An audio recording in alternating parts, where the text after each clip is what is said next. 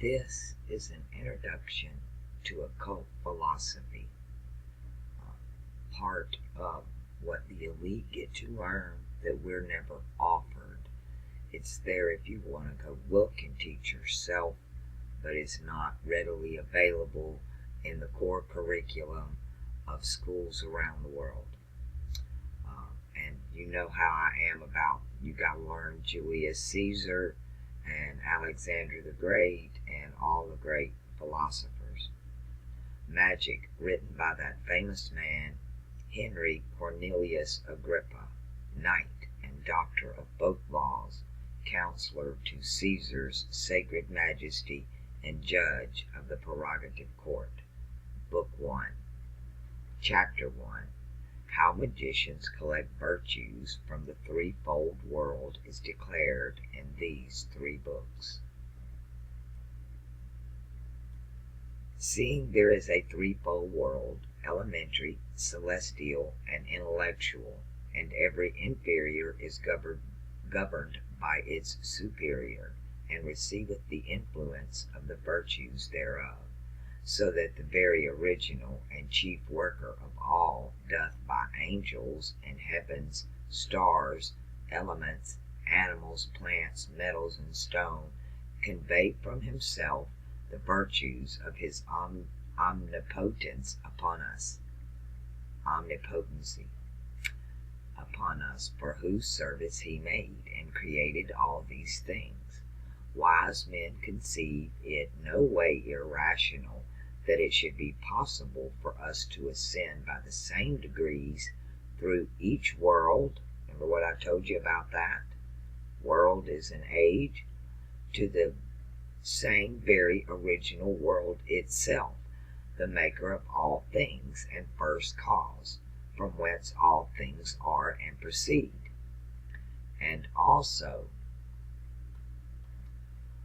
enjoy not only these virtues which are already in the more excellent kind of things, but also besides these to draw new virtues from above. Hence it is that they seek after the virtues of the elementary world through the help of psychic, see how that's psychic, medicine, and natural philosophy, and the various mixtions of natural things, then of the celestial world and the rays and influences thereof, according to the rules of the astrologers and the doctrines of the mathematicians, joining the celestial virtues to the former. Moreover, they ratify and confirm all these with the powers of diverse intelligences through the sacred ceremonies of religions. The order and process of all these I shall endeavor to deliver in these 3 books, whereof the first contain natural magic, the second celestial, and the third ceremonial. But I know not whether it be an unpardonable presumption in me, that I, a man of so little judgment and learning, should in my very youth so confidently set upon a business so difficult, so hard and intricate as this is. Wherefore, whatsoever things have here already, and shall afterward be said by me, I would not have any one assent to them, nor shall I myself any further than they shall be approved of by the universal church. And this became the Catholic Church. Catholic means universal, but you see they write it universe all, which is exactly what it means. And the congregation of the faithful, the full of faith. We're moving from full of faith and blind faith and I believe to I know. Chapter 2, What Magic is, what are the parts thereof, and how the professors thereof must be qualified. Magic is a faculty of wonderful virtue, full of the most high mysteries, containing the most profound contemplation, not meditation, contemplation, of the most secret things, together with the nature, power, quality, substance, and virtues thereof.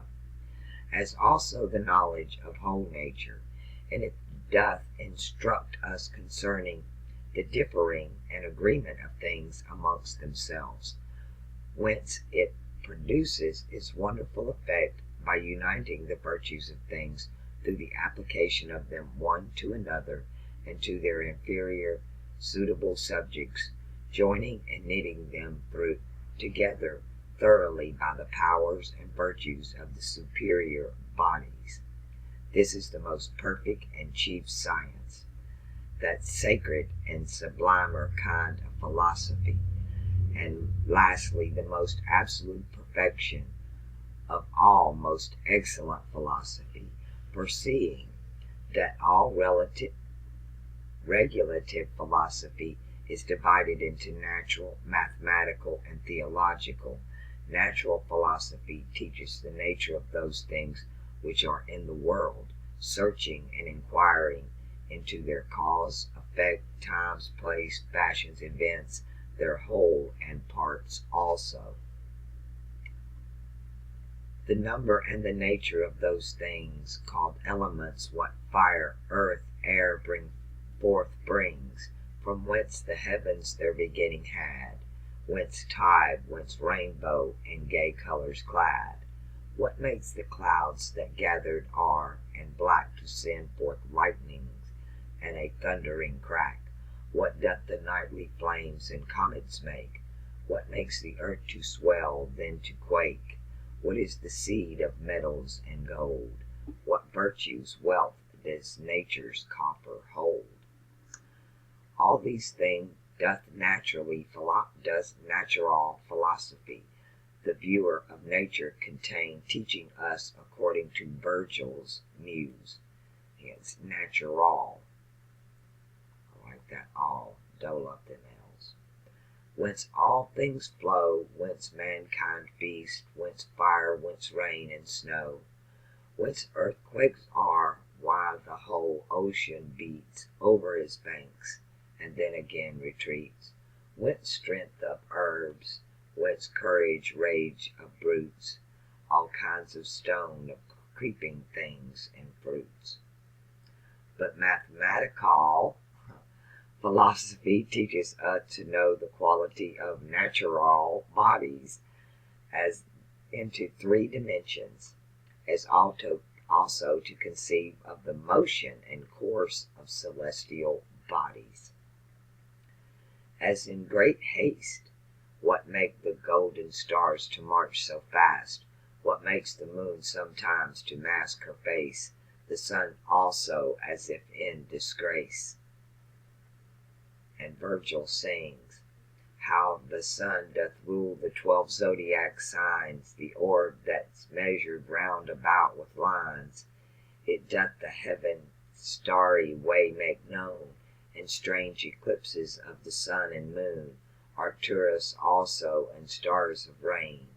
I like this, the way they write 7 like heaven, stars likewise, and Charles his wane.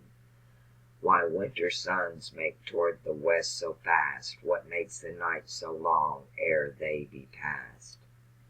All which is understood by mathematical philosophy. Hence by the heavens we may foreknow the seasons, all times for to reap and sow, and when 'tis fit to launch into the deep, and when to war, and when in peace to sleep, and when to dig up trees, and them again to set, that they may bring forth a main.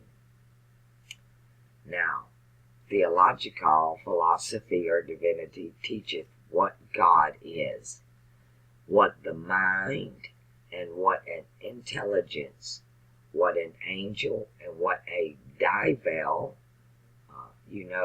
Within the word devil is lived, but also veiled. It's hidden. What the soul, what religion, what sacred institutions, rites, temples, observations, and sacred mysteries are. It instructs us also concerning faith, miracles, the virtue of words and figures. the secret operations and mysteries of seals, and as Apuleius saith, it teaches us rightly to understand and to be skilled in the ceremonial laws, the equity of holy things, and rule of religions. But to recollect myself, these three principal faculties, magic comprehends, unites, and accutates, deservedly therefore was it by the ancient esteemed as the highest and most sacred philosophy. It was, as we find, brought to light by most sage authors and most famous writers, amongst which principally Zamaxlis and Zoroaster were so famous, that many believed they were the inventors of this science. Their track or footsteps, Averroes the Hyperborean, Charmandus, Damigeron, Exodus, Hermippus, followed there also other eminent choice men, as Mercurius Trismegistus, Porphyrius, Iamblichus, Plotinius, Proclus. Have any of you read any of these? Dardanus or Orpheus, the Thracian. I love that word because it means the god race. The Thracians were the god race. Gog, the Grecians. This is the only time I've ever seen the word Gog outside of the Bible text used. Germa, the Babylonian. Apollonius of Tyana. Osthenes also wrote excellently in this art, whose book being as it were lost, Democritus of Abdera recovered and set forth with his own commentaries, besides Pythagoras, Empedocles, Democritus, Plato, and many other renowned philosophers traveled far by sea to learn this art, and being returned, published it with wonderful devoutness, esteeming of it as great secret. So they're the ones who decided to keep it secret. Also, it is well known that Pythagoras and Plato went to the prophets of Memphis to learn it. They went to Egypt and traveled through almost all Syria, Egypt, Judea, and the schools of the Chaldeans, that they might not be ignorant of those most sacred memorials and records of magic, as also that they might be furnished with divine things. Whosoever therefore is desirous to study in this faculty, if he be not skilled in natural philosophy, wherein are discovered the quality of things, and in which are found the occult properties of every being, and if he be not skilled in the mathematics, and in the aspects and figures of the stars, upon which depends the sublime virtue and property of everything, and if he be not learned in theology, wherein are manifest those immaterial substances which dispense and minister all things, he cannot possibly be able to understand the rationality of magic. For there is no work that is done by mere magic, nor any work that is merely magical, that doth not comprehend these three faculties. 4. Of the four elements, their qualities and mutual mixtions.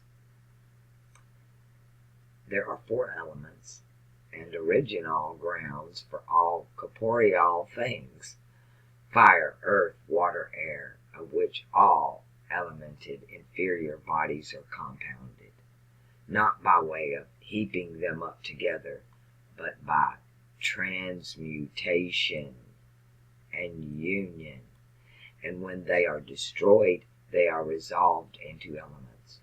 For there is none of the sensible elements that is pure, but they are more or less mixed, and apt to be changed one into the other. even as earth becoming dirty and being dissolved becomes water, and the same being made thick and hard becometh earth again, but being evaporated through heat passeth into air, and that being kindled passeth into fire, and this being extinguished returns back again into air, but being cooled again after its burning becometh earth, or stone, or sulfur, and this is manifest by lightning, we would call electricity. Plato also was of that opinion, that earth was wholly changeable, and that the rest of the elements are changed, as into this, so into one another successively. But it is the opinion of the subtiler of the sort of philosophers that earth is not changed, but relented and mixed with other elements which do dissolve it, and that it returns back again into itself again. Now every one of the elements had two specifical qualities, the former whereof it retains as proper to itself, in the other as a mean it agrees with that which comes next after it. For fire is hot and dry, the earth dry and cold, and water cold and moist, the air moist and should say hot.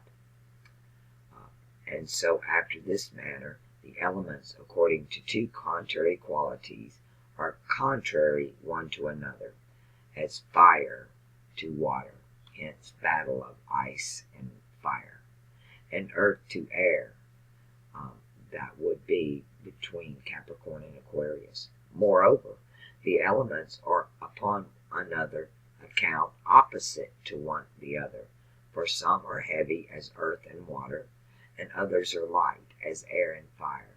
Wherefore the Stoics call the former passives, but the latter actives.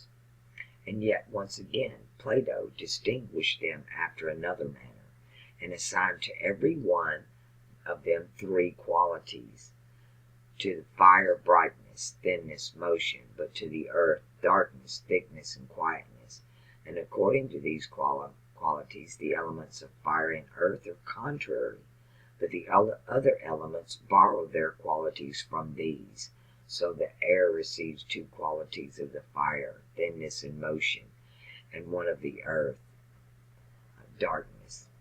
In like manner water receives two qualities of the earth, darkness and thickness, and one of fire, motion. But fire is twice more thin than air, and thrice more movable, and 4 times more bright, and the air is twice more bright, thrice more thin, and 4 times more movable than water.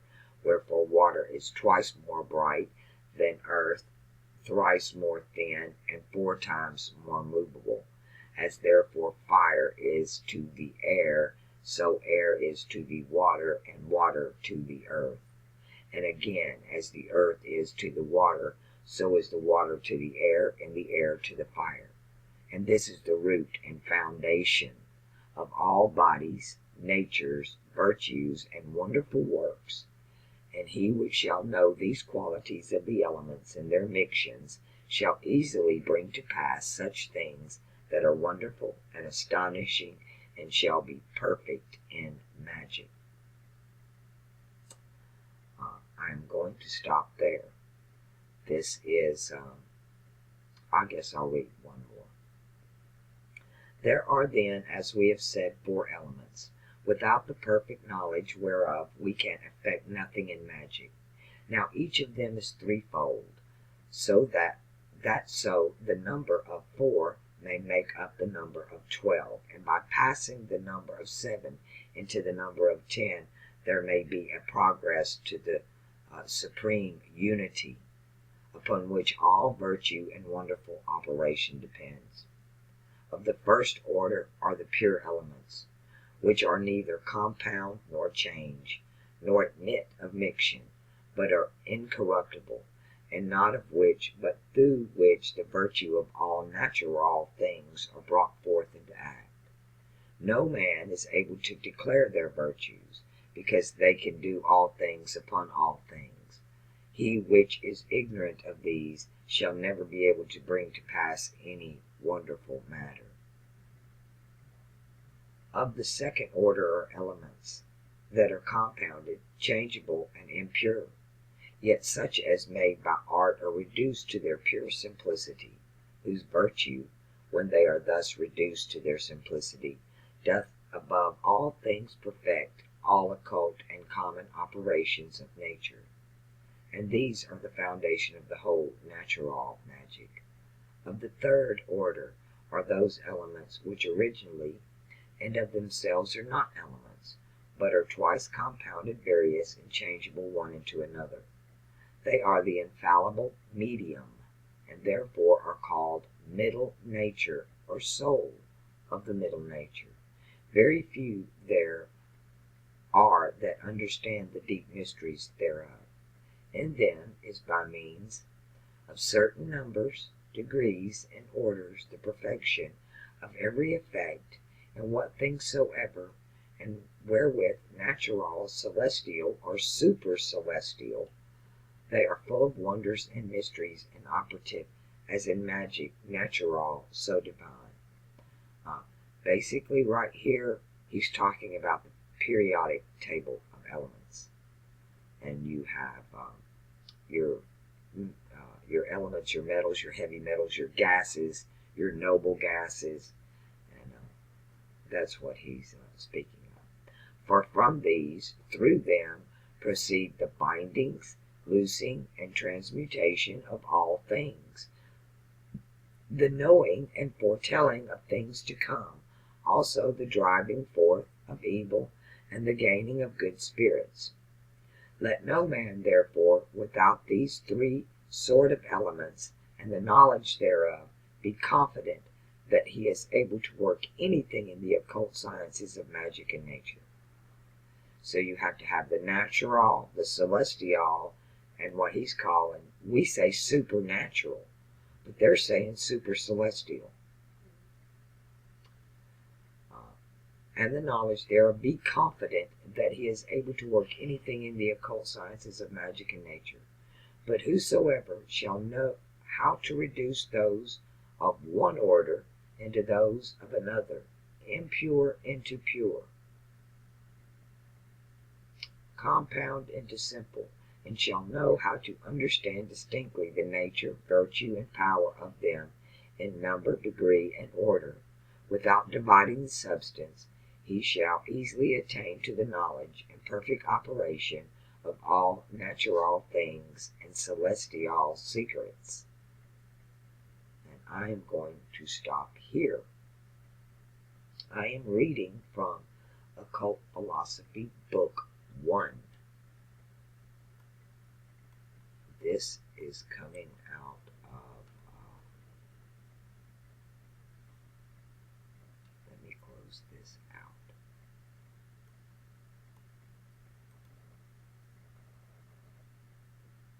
I have 4 of them.